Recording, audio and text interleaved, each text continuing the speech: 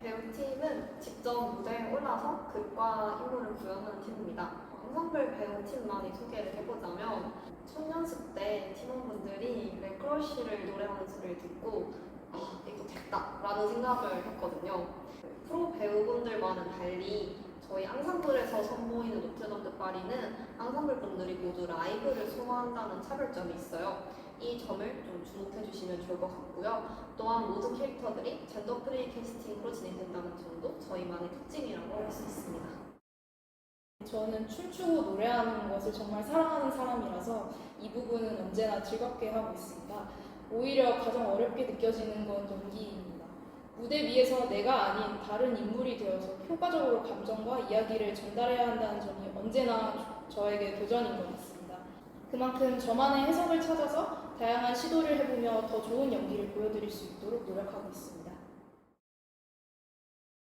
좋은 넘버가 정말 많기 때문에 동시에 소화하기 어려운 넘버들도 많은 것 같고, 또한 원어 발음에 충실하고자 하면 쓰고자 하는 발성과 매칭이 안 되어서 오히려 노래를 하기 힘들어지는 경우가 종종 있는 것 같습니다.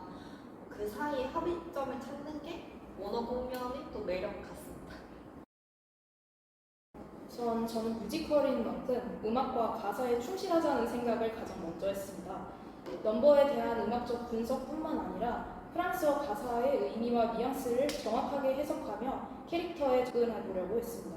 또한 원작 소설인 파리의 노트르담, 애니메이션, 영화, 발레 등 최대한 다양한 장르의 노트르담 드 파리 작품을 접하면서 에스메랄다라는 캐릭터가 어떤 방식으로 그려지고 있는지 찾아보고 공부하고 있습니다. 사실 뮤지컬 노트르담 드 파리의 경우 원작 소설에 대해 잘 모를 경우 스토리 흐름 자체가 잘 이해되지 않는 어떻게 보면 굉장히 불친절한 작품이기 때문에 서사가 더 자세하게 나온 원작을 먼저 읽고 그리고 뮤지컬과 비교하면서 뮤지컬이 제 배역 그러니까 페비스라는 배역으로서 표현하고자 하는 바가 무엇인지 그런 부분을 이해하려고 노력하는 편입니다.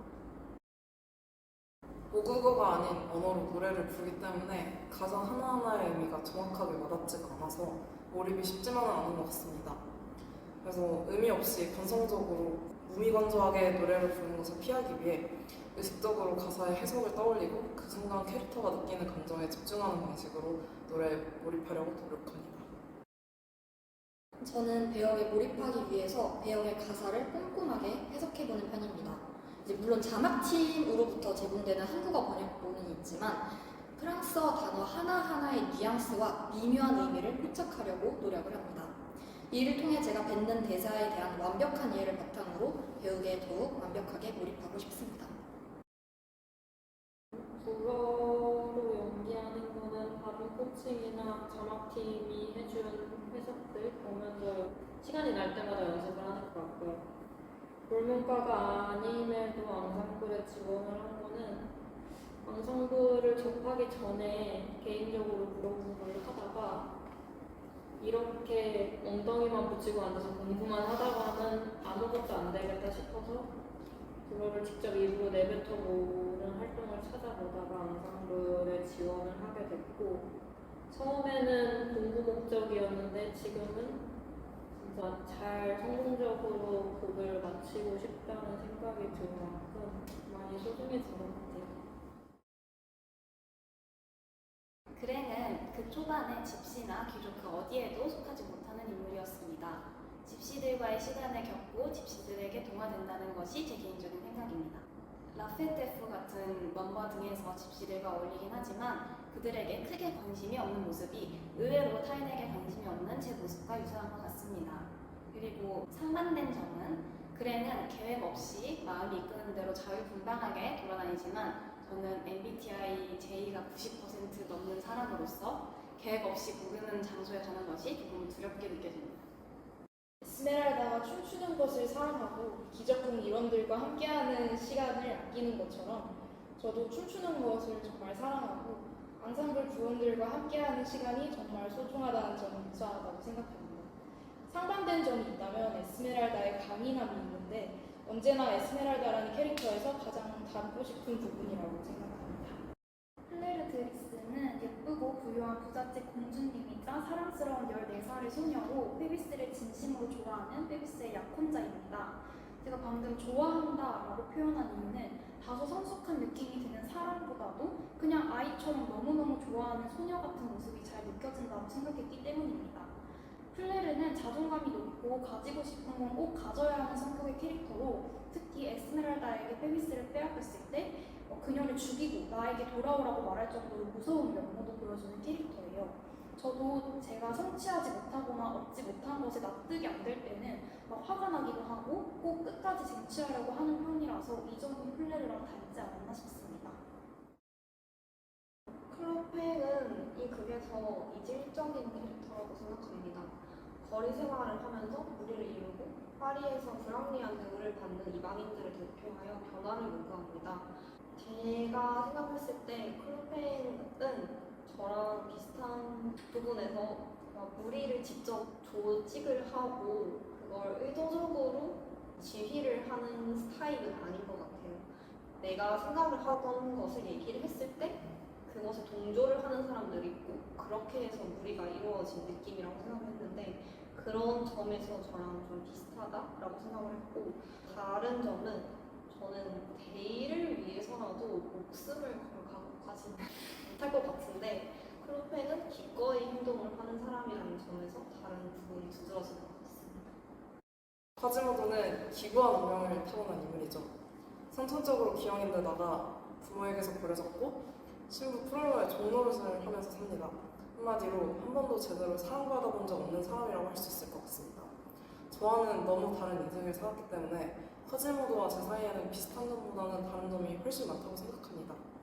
그럼에도 불구하고 우리 모두가 그렇듯 누군가를 사랑하고 고통을 함께하고 연민할 수 있는 마음을 가지고 있기 때문에 공감이 가는 그 캐릭터이기도 합니다. 프롤로는 권위적이고 고지식하고 되게 자기중심적인 사람인데 전체적으로 비슷한 성격을 가지고 있는 것 같아요. 근데 저는 프롤로만큼 안 부지런할 것 같고요. 프롤로만큼 강압적이지도 않은 것 같고 자기가 표현 안 해놓고 못 알아듣다고 징징거리지도 않고 그 정도는 다른 것 같습니다. 페비스는 플레르드리스라는 귀족 영예와 약혼을 한 사이지만 떠돌이 집시 에스메랄다에게도 사랑을 느낍니다. 그리고 재미있는 점은 페비스라는 인물이 에스메랄다와 플레르드리스 모두에게 사랑의 감정을 느낀다는 것이죠. 어느 드라마에 사랑에 빠진 게 죄는 아니잖아 하는 대사랑 매우 어울리는 캐릭터입니다. 따라서 솔직한 마음으로는 유사한 점이 없었으면 하지만 저 같아도 아리따운 에스메랄다와 플레르리스 사이에 놓인다면 갈등할 것 같습니다. 저한테 그랭과르는 짝사랑입니다. 일단 저는 원래 그랭과르 역에 크게 관심이 없었는데 한국어 버전 노트르담 드 파리를 실제로 본 날 첫눈에 반했습니다. 그래서 개인적으로 그랭과르가 저의 짝사랑 상대이기도 하고 극 속에서 그랭과르가 약간의 짝사랑 아닌 짝사랑을 하기 때문에 그랭을 나타낼 수 있는 단어로 짝사랑을 골랐습니다. 에스메랄다는 자유다. 거리의 집시라는 정체성이 표현되는 넘버 보헤미안과 순수하고 자유로운 사랑을 노래하는 넘버 비브 등에서 그려진 것처럼 뮤지컬 노트르담 드 파리의 에스메랄다는 그 어떤 캐릭터보다 자유로운 영혼을 가지고 있다고 생각합니다. 그래서 에스메랄다는 자유다라고 불렀습니다.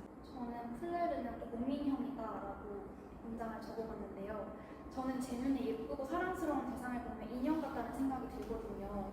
특히 플레르는 곰인형 같은데 곰인형은 아기들이 좋아하기도 한다는 점에서 순수한 이미지가 느껴져요. 그래서 플레르랑 잘 어울리기도 하고요. 그런데 가끔 혼자 있을 때 인형을 쳐다본다거나 갑자기 무섭게 느껴질 때가 있잖아요. 그것처럼 플레르도 마냥 귀엽고 예쁘다기보다는 오싹한 공포감을 선사하기도 한다는 점에서 플레르는 곰인형 같다고 생각을 했습니다. 클로페는 행동하는 사람이다.